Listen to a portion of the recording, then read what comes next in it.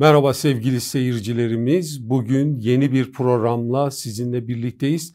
Aslında hayatımızda çok yer kaplayan bir konu hakkında konuşacağız. Bu konuya girmeden önce kutsal kitapta bununla ilgili bir hikaye var. Gerçekten çok ilginç. Nebukadnezar'ın rüyasıyla ilgili bir kitap. Daniel, eski anlaşmadaki Daniel kitabında geçiyor 2. bölümde ve Nebukadnezar bir sabah kalkıyor ve hiç keyfi yok. Gerçekten çok canı sıkkın bir halde. Etrafındaki insanlar ona soruyorlar, sevgili kralımız çok yaşa ama çok üzgün görünüyorsun, neden bu durumdasın diye sorduğunda o da diyor ki evet çok keyifsizim çünkü bir rüya gördüm ve bu gördüğüm rüyanın anlamını merak ediyorum. O zaman saraydaki bütün büyücüler, falcılar ve o rüya yorumcuları çağrılıyor. Herkes pür dikkat Nebukadnezar'ın o rüyasını anlatmasını bekliyorlar. Nebukadnezar bu rüyayı anlatacak ki onun üzerine onlar da yorum yapacaklar. Fakat düş kırıklığına uğruyorlar. Çünkü Kral Nebukadnezar diyor ki evet rüyamı yorumlamanızı istiyorum. Ne anlama geldiğini çok merak ediyorum. Ama ben rüyayı hatırlamıyorum. Sizin yapmanız gereken hem ne gördüm rüyayı hatırlamalısınız, bilmelisiniz, bulmalısınız. Hem de onu bulduktan sonra onu yorumlamalısınız. O zaman hayda diyor oradaki bütün insanlar, yorumcular, büyücüler, falcılar. Yani böyle bir şey yapabilecek dünyada hiç kimse yok diyorlar ki dedikleri doğrudur. Dünyada hiç kimse böyle bir şey yapamaz. Ve bu haber Daniel ve arkadaşlarına ulaşınca ki onun iyi bir rüya yorumcusu olduğu zaten sarayda biliniyor. Davet ediliyor. Rüyanın ne olduğu ortaya çıkmasa ve yorumlanmasa bütün o insanlar öldürülecek ve Daniel saraya çıkıyor ve sarayda şunu söylüyor. Aynen diğer büyücülerin söylediği gibi evet böyle bir şeyi yapabilecek dünyada hiçbir insan yok.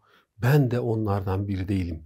Ama bu rüyayı sana veren Tanrı rüyanın ne olduğunu ve bunun da ne anlama geldiğini Tanrı yorumlayabilir diyor. Ve o zaman Nebukadnezar'ın konuşmasına fırsat bırakmadan onun rüyasını anlatıyor. Rüyasını anlattıktan sonra onun yorumunu veriyor. Evet, çok güçlü bir tanıklık oluyor. Çünkü bunun bir insan kaynaklı değil, Daniel'in tapındığı ve ardından gittiği Tanrı'dan gelen bir şey olduğunu anlıyor. Ve orada diğer astrologlar, diğer falcılar, yorumcular, rüyalara anlamlar vermeye çalışan bütün o insanlar sınıfta kalmış oluyor ki öyledir. Bazen geçmişle ilgili iyi tahminlerde bulunabilirler. Fakat gerçeği bilen, özellikle gelecekte olacak şeyleri bilen sadece bizim Tanrımızdır. Yasanın tekrarı 18. bölüm 10 ve 12.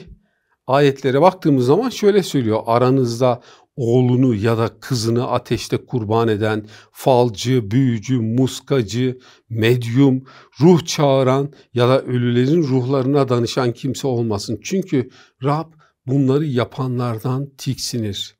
Tanrınız Rab bu iğrenç töreleri yüzünden bu ulusları önünüzden kovacaktır. Tanrınız Rabbin önünde yetkin olun. Tanrı bunlardan hiçbir şekilde hoşlanmaz. Ve aslında Tanrı'nın dışında hiç kimse de burçlarla, fallarla, kartlarla, oyunlarla, yıldızlarla, şunlarla, bunlarla geleceği doğru bir şekilde bilemez. Bazen iyi tahminlerde bulunabilirler ama Tanrı bilir. Nebukadnezar'ın zamanındaki yüzlerce falcı ve büyücü nasıl sınıfta kaldıysa, anlatamadılarsa, göremedilerse bugün de hepsi sınıfta kalacaktır. Çünkü gerçeği, gizemi, geleceği sadece Tanrı bilir. Aslında insanların buna ihtiyaç duyması, yani geleceği merak etmesi çok doğal bir şey. Çok doğal bir şey olduğu için biz nereye gideceğimizi bilemediğimizden böyle şeyler yapıyoruz. Ama gidecek bir adresimiz var. Tanrı'ya gidebiliriz. Tanrı'ya güvenebiliriz. Tanrı'ya sorabiliriz. Hepsinden önemlisi geleceğimizle ilgili olarak gelecekten neler olacak diye sahip olduğumuz merakı Tanrı'ya verebiliriz. Tanrı'ya her şeyi teslim edebiliriz. Ve Tanrı o konularda bize esenlik de verecek, sevinç de verecek, rahatlık da verecek. Onun için hem kendi geleceğiniz, hem etrafınızdaki insanlar olsun, hem ülke olsun, gelecekle ilgili gerçekten bir şey merak ediyorsanız lütfen Tanrı'nın önüne gelin. Tanrı sizi seviyor, sizi bekliyor ve Tanrı'nın aslında konuştuğunu da biliyoruz. Hem kutsal kitaptaki öykülerden biliyoruz, hem de sözlerinden biliyoruz. Nasıl ki Tanrı gelecekte ortaya çıkacak olaylarla ilgili ya da kötü şeylerle ilgili aslında halkını hep bilgilendirdiğini biz kutsal kitapta okuyoruz. Sizi de bilgilendirecektir. Onun için Tanrı'nın dışında başka bir yere gitmeyin. Fal baktırmayın. Büyücülere başvurmayın. Muska yazdırmayın ya da ona benzer ne varsa hiçbir şeyle uğraşmayın. Yalnızca Tanrı'ya gidin. Size Tanrı yeter ve ne yaşayacaksanız Tanrı sizinle birlikte yürüyecektir. Tanrı sizi bereketlesin, korusun, kutsasın ve sizinle birlikte olsun. Esen kalın.